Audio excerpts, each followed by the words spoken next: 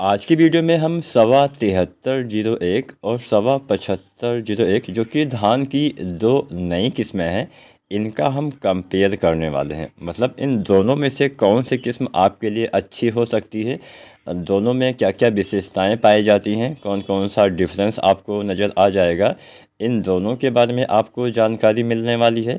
तो आज की पूरी वीडियो आप ज़रूर देखिएगा। अगर आप भी ये धान की वैरायटियाँ लगाने वाले हैं तो आज की किस्म आज की जो जानकारी है आपके लिए बहुत अच्छी साबित हो सकती है।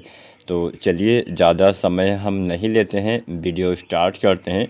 सबसे पहले हम दोनों वैरायटियों के बारे में विस्तृत रूप से आपको जानकारी देंगे।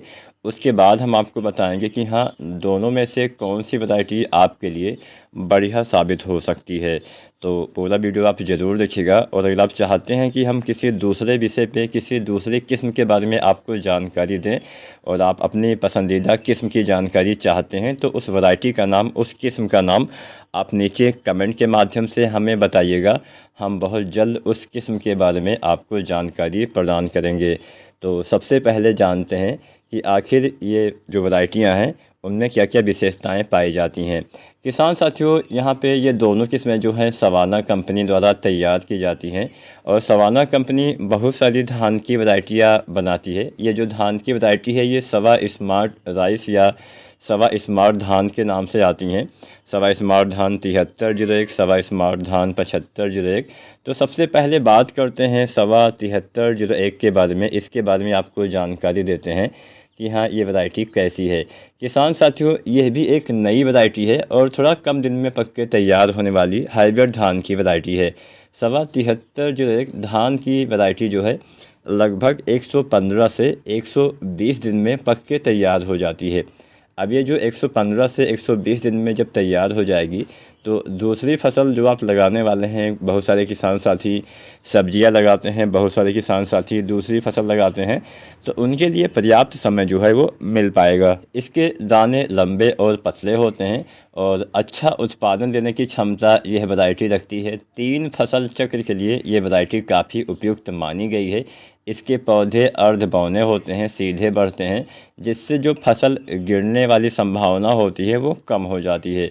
इनकी फसलें जो है गिरने के प्रति भी अच्छी सहनशील होती हैं। इसकी बालियाँ घनी होती हैं। ज़्यादा घनी बालियों के कारण आपको ज़्यादा उत्पादन भी देखने को मिलता है। इनके दाने का भी अच्छा वज़न मिल जाता है। क्योंकि यह वैरायटी जल्दी तैयार होती है तो थोड़ा कम पानी की आवश्यकता पड़ती है, थोड़ा कम खादों की भी आवश्यकता इस वैरायटी में पड़ने वाली है। उत्पादन की बात की जाए तो ये वैरायटी भी 30 कुंटल से ज़्यादा पैदावार देने की क्षमता रखती है। 30 से 34 कुंटल तक आसानी से ये उत्पादन आपको दे पाएगी। तो अगर कोई कम दिन वाली वैरायटी 30 कुंटल से ज़्यादा उत्पादन देती है तो मेरे हिसाब से काफ़ी बढ़िया है। 30 कुंटल, 32 कुंटल, 34 कुंटल तक ये वैरायटी उत्पादन आपको दे सकती है। हालांकि ध्यान क्या रखना है, ध्यान आपको ये रखना है कि आपको मतलब अच्छी मिट्टी में, उपजाऊ मिट्टी में अगर आप लगाते हैं, सही समय पे सिंचाई करते हैं, सही समय पे नर्सरी डालते हैं, क्योंकि नर्सरी अगर आप सही समय पे नहीं डालेंगे तो समय से रोपाई नहीं हो पाएगा। और अच्छा उत्पादन पाना है तो जो बेसल डोज वाली खाद होती है, जो हमें रोपाई के समय डालना होता है, उस पर आपको फोकस करना पड़ेगा। अब बहुत सारे किसान साथी में मतलब जब से मैं वीडियो बना रहा हूँ तब से आपको बताता हूँ कि आप कोई भी खाद 2-4 दिन आगे पीछे डाल सकते हैं, लेकिन जो बेसल डोज वाली खाद होती है, बेसल डोज का मतलब जो हम पहली खाद अपने धान में डालते हैं रोपाई के आसपास, वो खाद आपको रोपाई से पहले ही अपने धान की फसल में इस्तेमाल करना है। क्योंकि रोपाई के समय हम फास्फोरस वाली खाद का इस्तेमाल करते हैं और फास्फोरस एक ऐसा तत्व होता है जो स्थिर होता है। स्थिर का मतलब ये ज़्यादा ऊपर नीचे नहीं जाता है। तो अगर आप बाद में इस्तेमाल करते हैं तो पौधे इसका ज़्यादा प्रयोग नहीं कर पाते हैं। इसीलिए मेरा मानना है और वैज्ञानिक तरीका भी यही होता है कि ये खादें हमें पहले ही देना होता है। तो आप अंतिम जुताई के समय या रोपाई से पहले इन खादों का इस्तेमाल अगर कर देते हैं तो अच्छे से ये काम करता है। अगर फास्फोरस अच्छे से काम नहीं करेगा तो पौधे में जड़ों का विकास अच्छे से नहीं होगा, पौधे के तने का विकास अच्छे से नहीं होगा, पौधे में उत्पादन में आपको कमी देखने को मिलेगी। तो ये बात का ध्यान देना है। बाकी खादें आप 2-4 दिन आगे पीछे कर सकते हैं, लेकिन फास्फोरस वाली खाद आपको पहले ही डालना होता है रोपाई से पहले। फास्फोरस वाली खाद के रूप में कई बार दिक्कतें क्या आती हैं कि हमें डीएपी नहीं मिलता है तो हम नहीं डालते हैं। ऐसा गलती नहीं करना है। अगर आपको डीएपी नहीं मिलता है तो आप एनपीके के साथ जाइए। एनपीके बहुत तरह से आते हैं।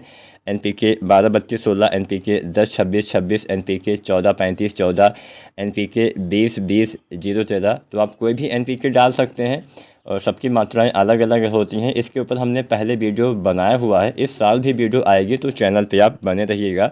और अगर आपको एनपीके भी नहीं मिलता है तो आप सिंगल सुपर फास्फेट के साथ भी रोपाई कर सकते हैं। कुल मिला के फास्फोरस वाली खाद आपको अवश्य डालना है। तो ये जो वैरायटी है इसमें एक विशेषता ये भी पाई जाती है जो सवा की 7301 है कि इसमें उच्च मिलिंग प्रतिशत देखने को मिलता है।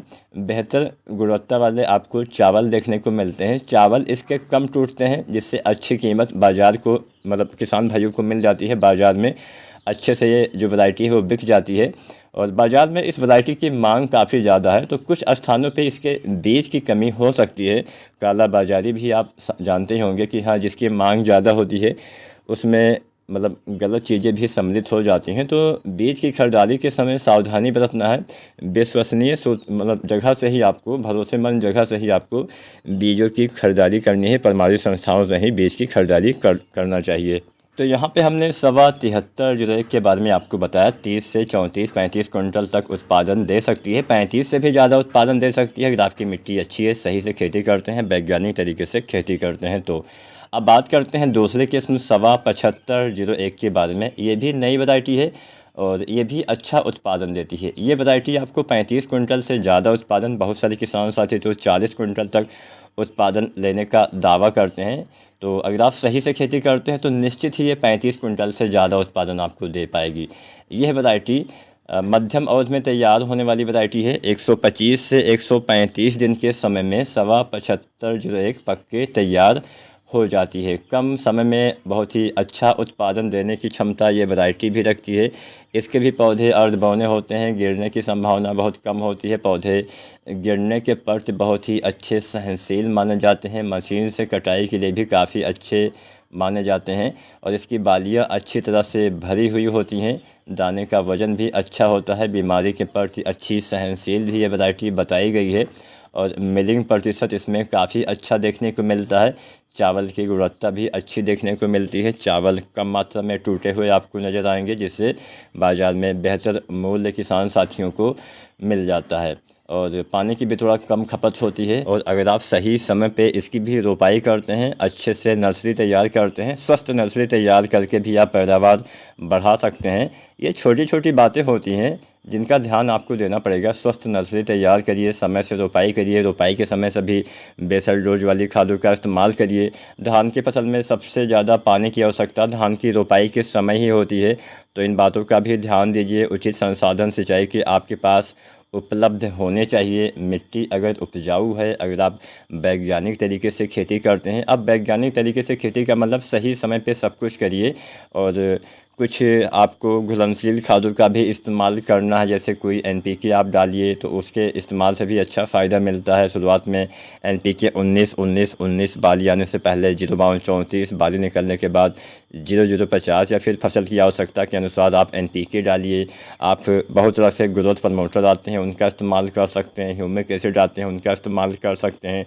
और जितने भी ये माइक्रोन्यूट्रिएंट्स वाली खादें होती हैं इनका आपको स्प्रे विधि से ही प्रयोग करना चाहिए जिससे इसका फ़ायदा ज़्यादा मिलता है। जिंक वगैरह भी स्प्रे विधि से ही डालिए तो बेस्ट रहेगा। बहुत सारे किसान साथी एक छोटी सी गलती होती है लेकिन ये बहुत भारी पड़ती है।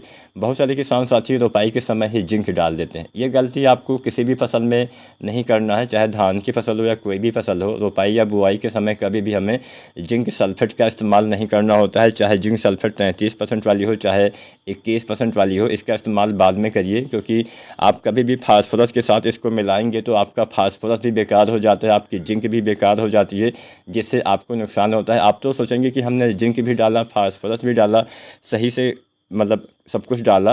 तो यही छोटी छोटी बातें होती हैं जो हम ध्यान नहीं दे पाते हैं, जिससे हमें उत्पादन में कमी देखने को मिलती है। तो फिलहाल ये दोनों वैरायटियाँ अच्छी हैं। 7301 थोड़ा कम दिन में तैयार होती है, 7501 उससे 10-15 दिन पहले तैयार हो सकती है। और ये जो वैरायटियाँ हैं, दोनों वैरायटियाँ 30 कुंटल से ज़्यादा उत्पादन देती हैं। लेकिन हाँ, 7501 35 कुंटल से भी ज़्यादा उत्पादन देने की क्षमता रखती है, और 7301 35 कुंटल तक उत्पादन दे सकती है। तो मेरे हिसाब से तो दोनों किस्में अच्छी हैं। अब आपको तय करना है कि आपको कौन सी वैरायटी लगानी है। थोड़ा जल्दी तैयार होने वाली वैरायटी लगाना चाहते हैं तो 7301 लगा सकते हैं। 115 से 120 दिन में ही ये तैयार हो जाएगी। और जो 7501 वैरायटी है, 125 से 130 दिन में तैयार होती है। तो 10-15 दिन का यहाँ पे आपको डिफरेंस नज़र आ सकता है। दोनों वैरायटियाँ अच्छी हैं। दोनों वैरायटियों में दाने का भराव अच्छे से होता है। दाने खाली रहने की समस्या, जिसको हम फरहा दाने बोलते हैं, वो नहीं आने वाली है। तो आपको तय करना है कौन सी वैरायटी आपको लगानी है। लेकिन हाँ, सही जगह से बीज की खरीदारी करिएगा, क्योंकि काला बाजारी बहुत ज़्यादा हो रही है। आज की वीडियो अच्छी लगी हो तो आप लाइक शेयर करिए और चैनल को सब्सक्राइब करिए। धन्यवाद।